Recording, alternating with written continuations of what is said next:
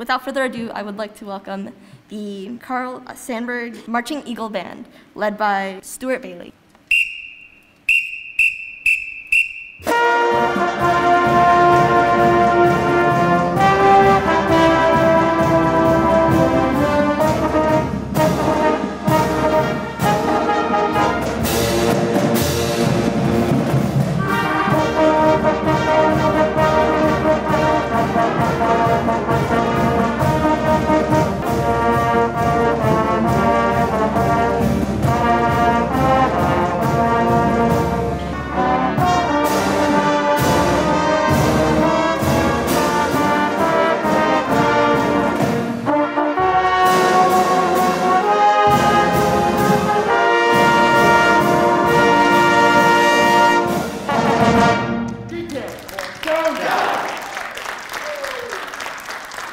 We are pleased to have someone back who has been here before.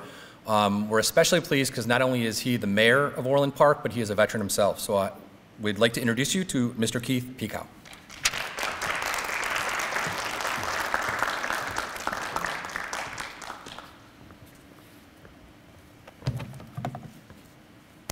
Thank you, Fred, and give a round of applause to the marching band who did a great job. I want to thank all the distinguished visitors here, to everyone who's here today, and to Carl Sandburg High School, my alma mater, for inviting us here today to honor our veterans. Most of all, I want to thank the family members and veterans who are here today. Family members often bear the brunt of a veteran's service, and I know firsthand that it is their support that made our service possible.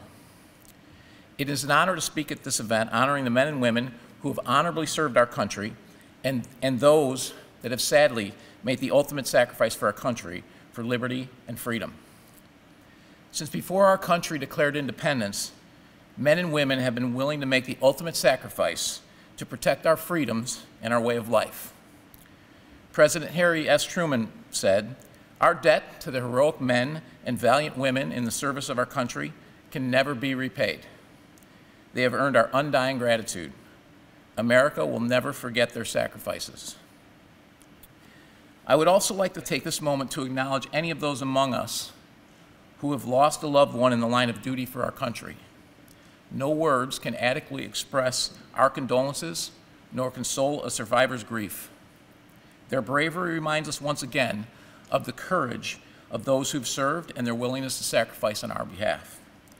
A World War II hero said, "Each of the patriots whom we remember on this day was first a beloved son or daughter, a brother or sister, a spouse, friend, and neighbor."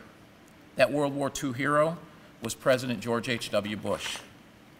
Speaking of World War II, I'd like to give a call out to my friend Rich Orland, who stormed the beach at Normandy on D-Day 77 years ago.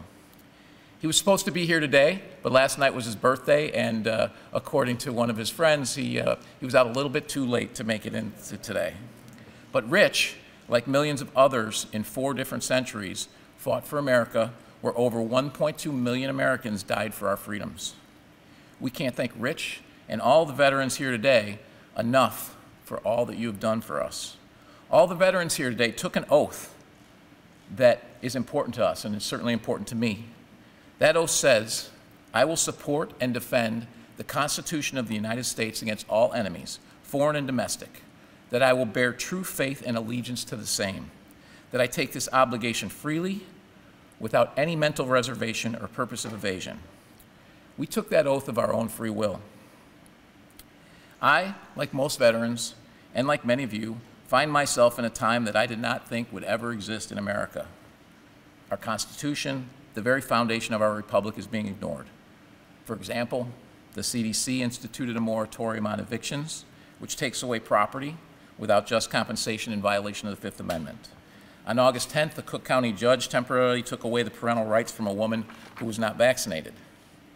Anyone not taking these vaccines are being fired and put on leave, including police officers, firefighters, and healthcare workers who put their very lives on the line to fight COVID at the beginning when we didn't even know what this was. This is unacceptable. The state legislature recently specifically changed the Healthcare Conscience Act, which protects people's religious rights, so it does not apply to COVID mandates. These things happen in China, Russia, they happen in North Korea, Iran, Cuba, Venezuela, and other countries that are not free. They shouldn't happen here in the United States. What have we become? That is not what I fought for. It's not what any of the veterans in this room fought for. We fought for an idea, the American idea, an idea that we should all be grateful and thankful to be a part of, an idea framed and described in the Declaration of Independence that was signed on July 4th, 245 years ago, an idea that is encapsulated in these two sentences from that very declaration. We hold these truths to be self-evident, that all men are created equal, that they are endowed by their Creator with certain unalienable rights, that among these are life, liberty, and the pursuit of happiness, that to secure these rights, governments are instituted among men, deriving their just powers from the consent of the governed. America is an idea that many brave Americans have fought and died to protect, an idea that over the last 20 months seems to have been forgotten by many in power and control. The men and women we honor here today fought for this idea, risked their lives for this idea, and some died for this idea. I want to thank you for joining me here to honor them today. However, the best way to honor our veterans is to demand that our elected representatives at all levels debate and vote on the important issues we face in public and stop allowing administrative bodies and power-hungry politicians to strip people of their rights via fiat. This is the moment for us to stand up and ensure that the sacrifices made by our veterans and those in this room over the last 245 years are not in vain.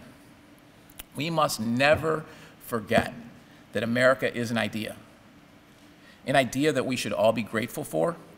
The great idea called America is fragile and must be protected. Nobody said it better than my two favorite presidents.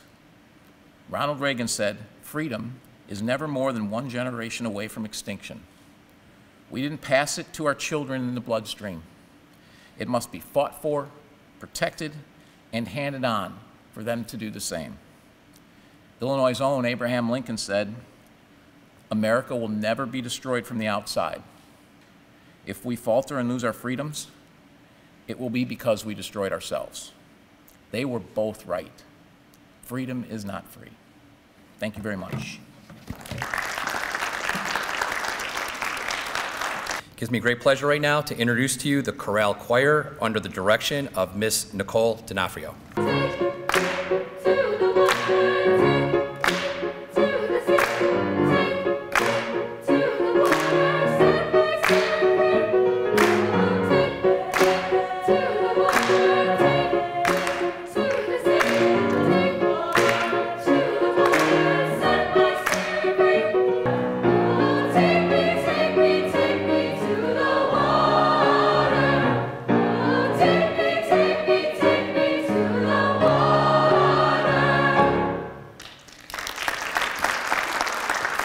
Thank you so much for your service, for being with us today, and allowing us to celebrate you. At this point, I'd like to invite up Sandburg's principal, Dr. Derek Smith.